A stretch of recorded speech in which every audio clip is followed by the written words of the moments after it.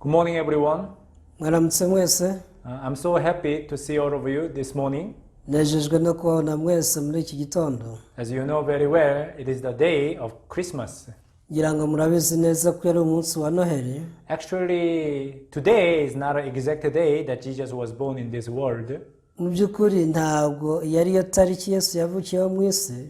But we celebrate this day as a day that Jesus was born in this world. Ariko ni umunsi watoranyijwe kugira ngo ujye wizihizwa ko Yesu yavukiye mu isi. So the fact that Jesus was born in this world, that is meaningful. Kuba rero Yesu yaravukiye mu isi ni ibintu bifite igisobanuro gikomeye. Nobody knows when Jesus was born in this day, in this world exactly. Nta n'umwe uzi umunsi cyangwa itariki Yesu yavukiye mu isi. It means that Jesus can be born in your heart at any time and any day. Kandi icyo bivuze ni uko Yesu ashobora kuvukira mu mutima wawe itariki yari yo yose, umunsi wari wose. Which means we can celebrate every day as a day of Christmas. Bivuze ko umunsi wose dushobora kuwizihiza nk'umunsi wa Noheli. I'm so thankful that that we can have the Bible in this generation.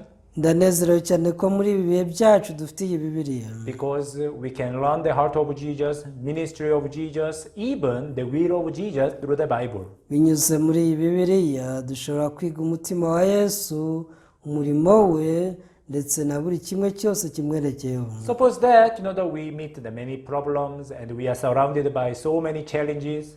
Reka twibaze ko duhura n'ibibazo byinshi kandi tugoswe n'ingorane nyinshi. However, if we are together with Jesus, ariko turamutse turi kumwe na Yesu, since Jesus is the Son of God, kubera ko Yesu ari umwana w'Imana, and Jesus is the King of Kings, kubera ko Yesu ari umwami w'abami, even if we are surrounded by despair, nubwo twaba tugoswe n'ibidutera agahinda, even if we are surrounded by so many problems, nubwo twaba tugoswe n'ibibazo byinshi bitwihebesha, Jesus, who is the King of Kings, Yesu ko ari umwami w'abami, Jesus, who is the King of Peace, Yesu ko ari umwami w'amahoro, Jesus, who is has the power and almighty, Yesu ufite imbaraga kandi ashobora byose. if that Jesus is born in your heart, Uyu Yesu aramutse avukiye mu mutima wawe cyangwa mu buzima bwawe, the problems and the hardships you may have will no longer be the problem.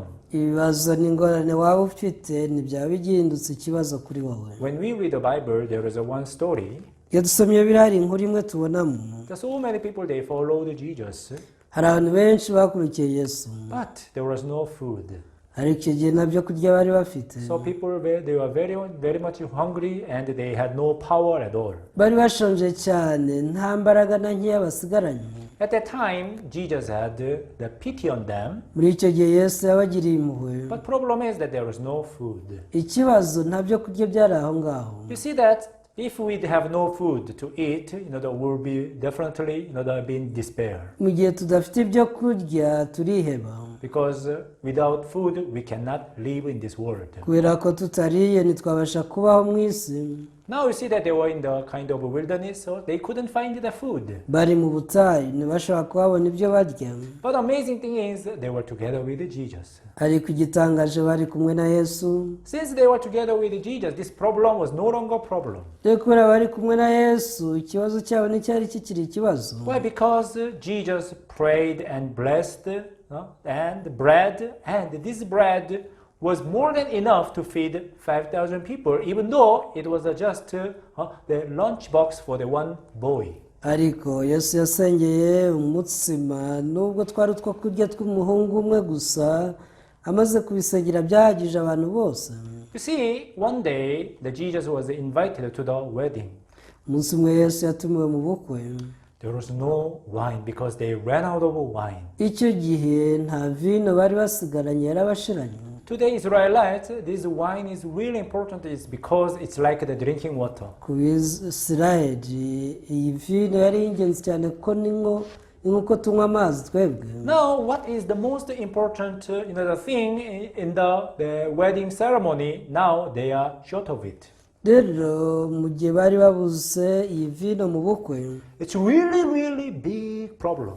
cyari ikibazo kibakomereye cyane. But they were together with Jesus. Ariko bari kumwe na Yesu. Since they were together with Jesus, The fact that they run out of the wine, that was no longer a problem. bitewe n'uko bari kumwe na yesu kuba bari babuze vino ntabwo byari bigihindutse ikibazo. Why? Because Jesus has the power to turn the water into wine. kubera ko yesu afite imbaraga zihindura amazi zikayakuramo divayi. Now the problem was completely solved. ikibazo cyarakemutse cyose. In the temple of Jerusalem was filled with the money exchangers and even the dove sellers and animal sellers. Everything was messed up.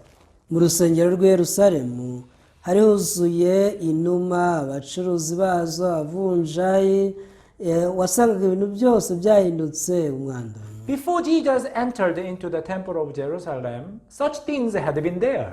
mbere yuko yesu yinjirayo ibyo nibyo byari biri mu rusengero. Nobody could take care of that issue. ntawashaka kwita kuri icyo kibazo. However, when Jesus got into the temple of Jerusalem, ariko ubwo yesu yinjiraga muri urwo rusengero rw'i Yerusalemu, he immediately saw that problem and began to work. icyo kibazo yaracyabonye atangira kucyitaho. Now, this is the work of Jesus Christ. uyu rero ni umurimo wa yesu.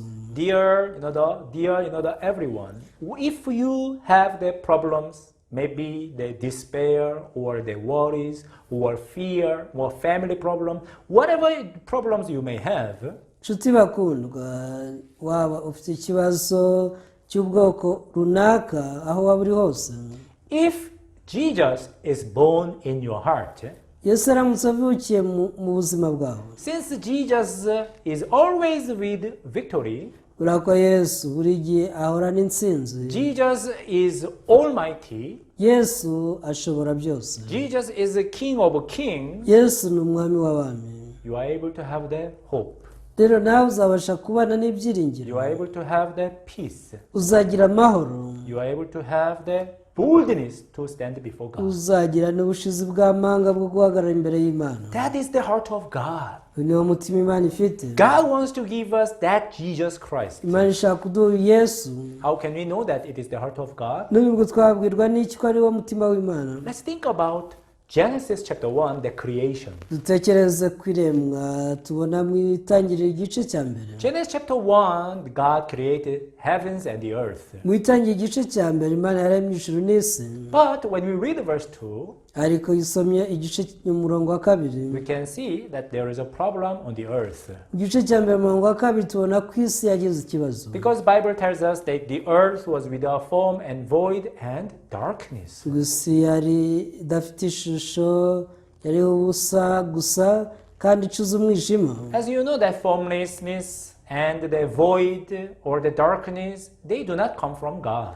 kuba nta shusho yari ifite, kuba yari icuza umwijima, kuba yariho n'ubusa gusa, bivuze ko ibyo bintu bitavuye ku Mana. We can see that now this earth got a problem.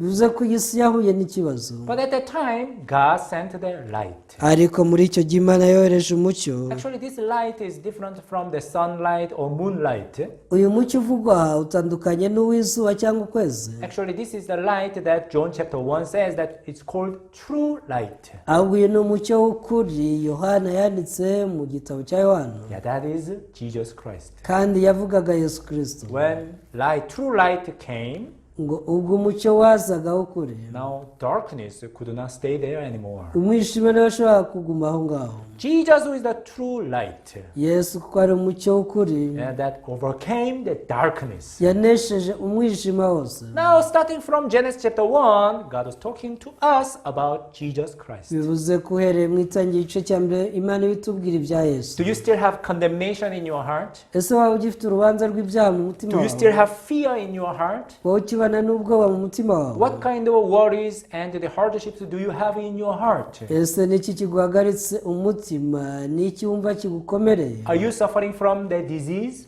ese ni uburwayi, Are you suffering from the family problems? cyangwa ni ibibazo ufite mu muryango? Are you suffering from the financial issues? ese ni ubukene bw'amafaranga? Yes, we may not have the power to solve all those problems. nibyo twe dushobora kutagira imbaraga zo gukemura ibibazo nk'ibyo byose. But remember that Jesus, he has the power. ariko wibuke ko yesu afite izo mbaraga. Now, even today, Jesus wants to be born in your heart. n'uyu munsi yesu ashaka kuvukira mu mutima wawe. The reason why you are in difficulties is not because difficulties are great. kuba uri mu ngorane ukumva ugowe si uko ingorane arizo zikomeye. It is because you do not have the power to overcome that difficulties. That's why you are surrounded by that difficulties. ahubwo ni uko udafite imbaraga zinesha izo ngorane, niyo mpamvu ingorane zikugose. Whether you want or not, you are born in sin.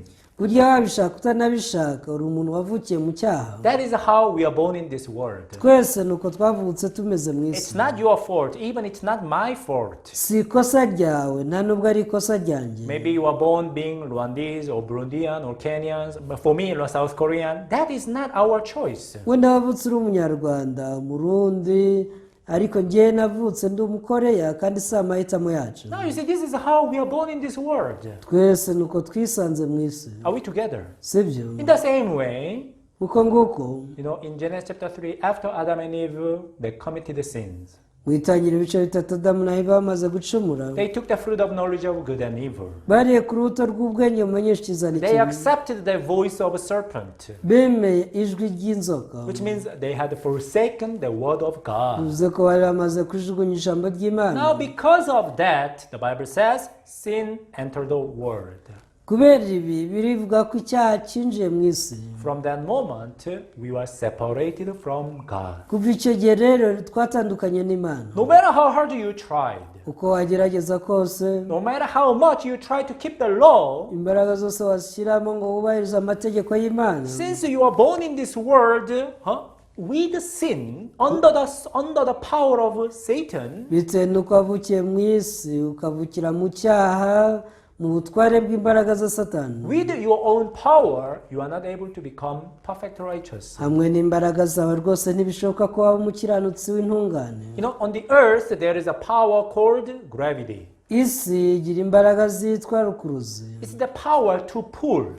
izo ni imbaraga zikurura ikintu cyose. That is the reason why we are able to walk on the street. burya niyo mpamvu tubasha kugenza amaguru ku muhanda. We are not able to go against this gravity. kubera ko twebwe tutanesha rukuruzi y'isi. That's why we walk on the street. isi tugumisha ku butaka, tukabasha gutambuka ku butaka, But we are not able to fly in the air like birds. ariko twebwe ntitwabasha kuguruka nk'inyoni. Most animals, they just stick on the ground. inyamaswa nyinshi nazo zigenza amaguru ku isi, But birds are different. ariko inyoni zo Why? ziratandukanye. Because the birds, it is true that even this gravity applied to the birds. ibyo koko n'inyoni zigirwaho ingaruka n'iyi rukuruzi y'isi. However, the birds, they have what are called wings. ariko inyoni kubera zifite amababa, Because they have wings, they are able to go against gravity and fly in the sky. aya mababa atuma zibasha kuguruka mu kirere zimaze kunesha rukuruzi y'isi. Now, when we read the Bible clearly says that all of us, we are born in sin, we are sold under sin. iyo usomye urabona ko twaguriwe gutegekwa n'icyaha, twese tuvukira muri cyo. That's why we are always exposed to the condemnation. niyo mpamvu usanga urubanza rw'ibyaha ruba rutugose. Even though we try to live a good life, nubwo twaba twagerageje kubaho ubuzima but we are being butunganye, dragged by sin. tuba twashorewe n'icyaha. Among us, who would commit sin because we want? ese muri twebwe ninde ukora umushinga wo gukora ibyaha ngo nibyo ashaka? I'm sure that none of us want to commit sin, want to live a bad life. nzi neza yuko nta n'umwe muri twe ushaka kubaho ubuzima buhindanye. The problem is the power that drags us is stronger than our will and our determination. ikibazo, imbaraga zigukurura ziba ziruta kwiyemeza kwawe. That is why, just like the birds, they use the wings to fly in the sky, also we need the extra power.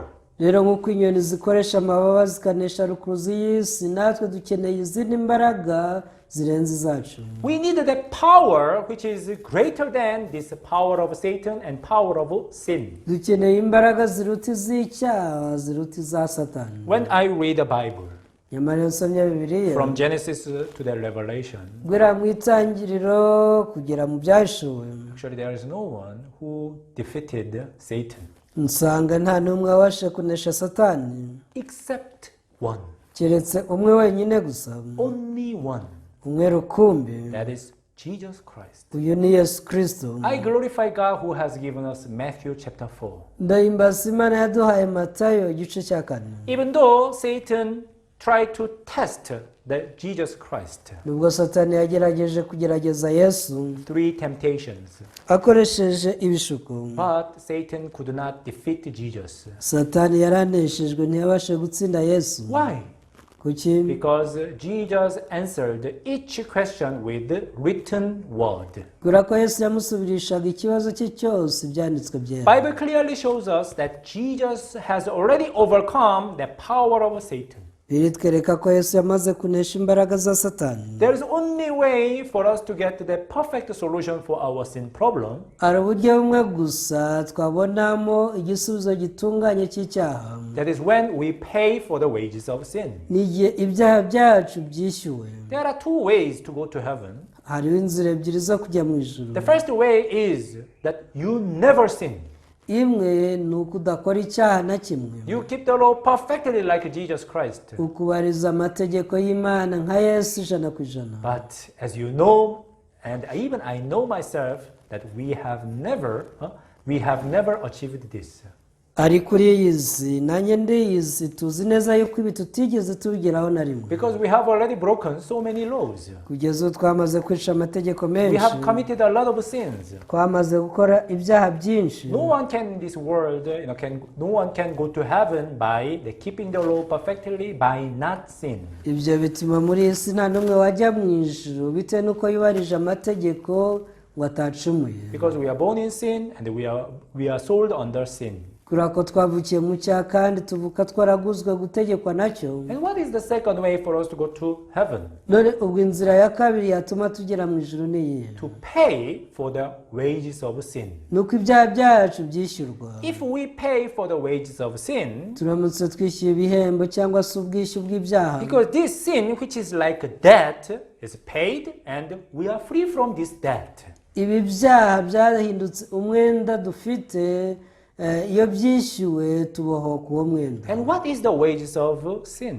None si ibihembo byabyo cyangwa ubwishyu Is bwabyo it confession? Is it the praying hard? Is it the repentance? ese nuko tubyatura tukabivuga mu mazina, nuko turira tukabyihana? No, we need to know the Bible clearly. Ni ngombwa ko tumenya biriya neza. Bible says the wages of sin is death. Birivuga yeruye ko ibihembo by'ibyaha ari urupfu. If you want to pay for your sins, you must pay death. Niba ushaka kwishyurira ibyaha byawe ni byiza rwose ko wishyura urupfu. Even without shedding of blood, there is no remission. Ahandi aravuga ngo iyo amaraso atamenetse ntawe ubabarirwa ibyaha. So the blood must be shed to pay for your sins. Amaraso ni ngombwa ko ameneka kugira ngo ibyaha byawe byishyurwe. That's why in the Old Testament, whenever Israelites they committed sins, they brought the animal and they killed it and they put the blood on the horns of the altars. Rero mu isezerano rikuru iyo Abisirayeli bacumuraga bazanaga inyamaswa bakayica bagasiga amaraso yayo ku mahembe y'igicaniro. As I told you, that is the rule that God has set.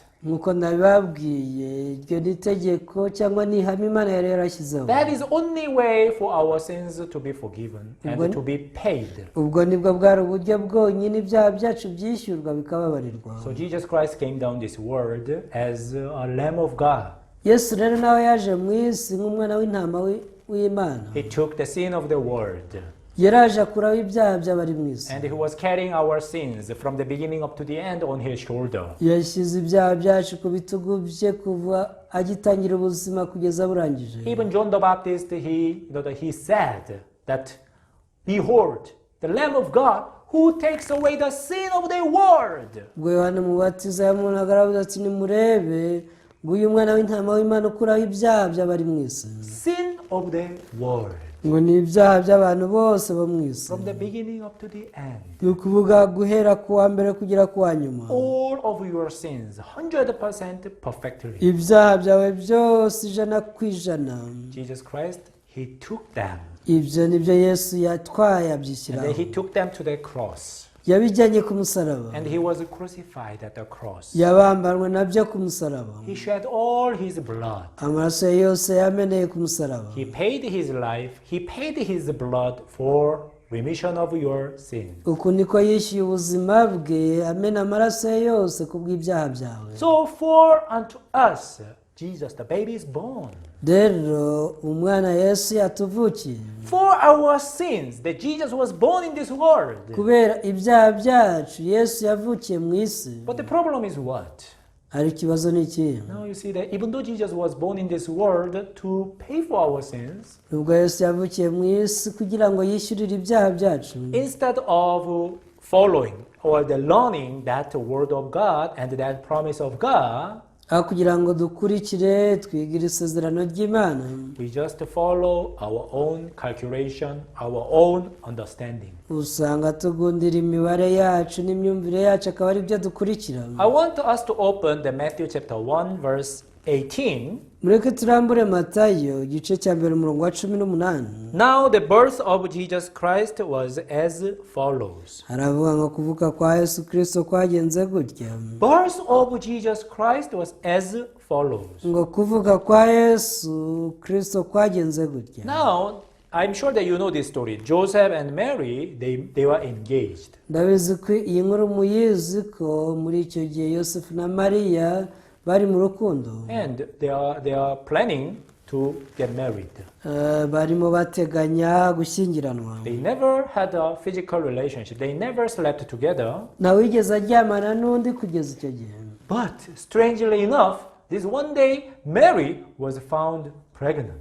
ikintu gitangaje umunsi umwe Mariya babonye atwite. Now the Joseph became so angry. icyo gihe Yosefu yarababaye cyane. But since he was a good character, he was a nice man, kubera ko yari umuntu mwiza, he could not just shout. He could not even accuse the Mary. yanze guteza Mariya abantu ngo abisakuze. But he just wanted to cut off this relationship. ariko yari yahisemo yanzuye kumubenga rwihishwa. Why? Because according to his understanding, this is something beyond his understanding. mu myumvire ye byari ibintu bimurenze. What is this? yabati ibi ni ibiki? The Mary whom I love, she was found pregnant. Mariya nkunda dore yasamye inda. Who did she meet and sleep with? ese yasambanye nande? She betrayed me. dore yanciye inyuma. Oh, I cannot live with her anymore. ntabwo nakongera rwose kwemera kuzabana nawe. Now the Joseph, he followed understandable and reasonable thought. Yosefu yatangiye gukurikira ibitekerezo bye byumvikana. And he just wanted to cut off this relationship. yashatse kumubenga rwihishwa. Can you imagine that, if people around the Joseph and Mary notice that the marriage is broken? tekereza abantu bari hafi ya Yosefu babitahuye ko yamubenze. Yet, the Mary was pregnant. kandi akamubenga atwite. Everybody could notice that, Mary did something wrong. kandi buri wese yaguhita avuga ati Mariya rwose yakoze ikibi. Probably she committed adultery. ubu ngubu yarasambanye. Such a woman should be stoned to death. reka rero tumutere amabuye apfe. Yeah, Joseph, he followed his reasonable and understandable thought, and it could result in the killing the baby in the womb of the Mary. Yosefu yaragiye gukurikira ibitekerezo bye, kandi ingaruka zari kubaho ni ukwica na Mariya n'umwana wari mu nda ye. So the Joseph, without second thought, he just followed his idea. Yosefu atanatekereje kabiri apfuye gukurikira imyumvire ye. But the amazing thing is, the angel appeared to him in a dream, ayitangaje marayika yaraje amusanga mu nzozi. and then told him, aramubwira ati do not be afraid to take this Mary as your wife, ati ntutinye kurongora umugeni wawe Mariya, because she was pregnant in spirit. ati kubera ko imbuto imurimo ni iy'umwuka wera. It is not something understandable at all. ntabwo byari ibintu byumvikana habe na gato. Because I have never seen a woman being pregnant in Holy Spirit. sinigeze mbona umugore watewe inda n'umwuka wera. The woman must receive the seed of man. umugore aba agomba kwakira imbuto y'umugabo. But now the Mary, they never received the seed of man, but became pregnant. ariko Mariya nta mbuto y'umugabo yakiriye birangira anatwite. Now it was beyond his understanding. byari ibintu birenze ubwenge bwe. But Joseph received that, the dream as the as a word of God, as a promise of God. ariko yosefu yemeza inzozi n'ibyo abwiwe na marayika nk'ijambo ry'imana. Amazing thing is, when he received this promise of God, even though it is not understandable at all, now Jesus was born at that time. Ikintu gitangaje ubwo yakiraga ijambo ry'imana nubwo bitumvikanaga nicyo gihe Yesu yabashije kuvukira mu isi. Dear everyone, yes, we celebrate the Christmas. Nshuti bakundwa, nibyo koko twizihiza kuvuka kwa Yesu. Yes, it is important for us to know the true meaning of the birth of Jesus. Ni iby'ingenzi rwose gusobanukirwa igisobanuro cyo kuvuka kwa Yesu. People just say that yes, Jesus Christ was born in this world to save us from our sins. Abantu baba bati Yesu yavukiye mu isi ngo adukize ibyaha. However, so many people, they still remain in sin, still remain in condemnation. Why? Ariko usanga hari benshi bakiri mu cyaha bagifite urubanza rw'ibyaha, ese babiterwa n'iki? It is because by mouth they said that that Jesus is the Savior, but in their heart they still make a conclusion according to their calculation, according to their thought. Ikibitera nuko ku minwa yabo bavuga ko Yesu ari umukiza wabakije ibyaha, ariko mu mitima yabo bakanzura bagendeye ku mibare yabo. Yes, Jesus died for my sins, for sure. Bati nibyo kuko Yesu yapfiriye ibyaha byanjye. Yeah, he took all my sins and he paid for my sins. Yakuyeho ibyaha byanjye kandi nibyo yishyuriye. But you know what? I'm still in this world. Ariko ni hahandi ndacyari muri iyi si. And there are a lot of temptations of Satan. How can I say that all my sins were forgiven? Iyi si yuzuyemo ibigeragezo bya Satani, si ubwo navuga gute ko ibyaha byanjye byose byejejwe. You see that people, they feel this evil thought in them. Abantu iyo biyumvishemo ibitekerezo bibi, people they do even the evil actions, bakibona bakora amabi. And when they are told that you are a sinner because you commit sins and you have the evil thought, people say yes, that is true. Abantu iyo babwiye bati muri abanyabyaha baravuga bati nibyo, ibyo ni ukuri koko tukora n'ibyaha. But what does the Bible say? Ariko se Bibiliya ibabwira ngo iki? Bible says that Jesus Christ, he took the sin of the world. Bibiliya ivuga ko Yesu yakuyeho ibyaha byacu twabari mu isi. Jesus clearly said at the cross that it is finished. Ubwo yari ku musaraba, ubwo yarivugiye ati birarangiye. If Jesus said it is finished, while we say that no, it is not finished, who is correct? Nimba Yesu yaravuze ko yabirangije, twebwe kuki tuvuga ko bitarangiye, ninde uri mukuri? Dear everyone, you need to understand the true meaning of birth of Jesus Christ. Bakundwa, mugomba gusobanukirwa impamvu Yesu yavukiye mu isi. Why do you think Jesus wants to be born in your heart? Yesu utekereza iki gituma Yesu yifuza ko avukira mu mutima wawe? As long as you have sin in your heart, Jesus cannot be born in your heart. Ubundi rero gifite icyaha mu mutima wawe, Yesu ntabwo yabasha guturana nacyo muri wowe. God created you. Imana niyo yakuremye. And God wants to bestow grace upon you. Imana ishaka kukugirira ubuntu. God wants to give you his love. Imana ishaka kuguha urukundo rwayo. But problem is, because of sin, God cannot stay with you. Ariko ikibazo kubera icyaha, Imana ntiyabasha guturana nawe. And no matter how hard you try, you cannot solve this problem of sin. Kandi uko wagerageza kose wowe ntiwakemura iki kibazo. That is the reason why God sent us Jesus Christ.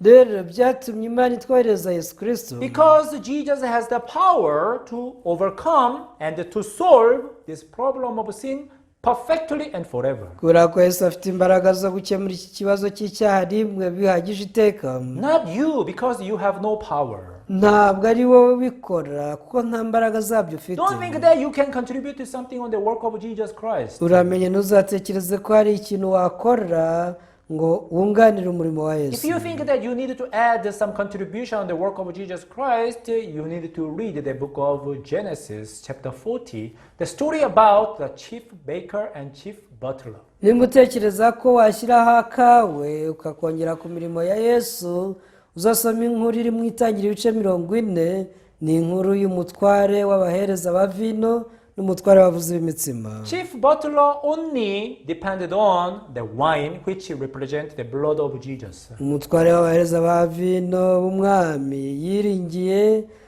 muzabibu gusa, bivuze ngo yiringiye amaraso ya Yesu gusa. However, chief baker, he depended on what?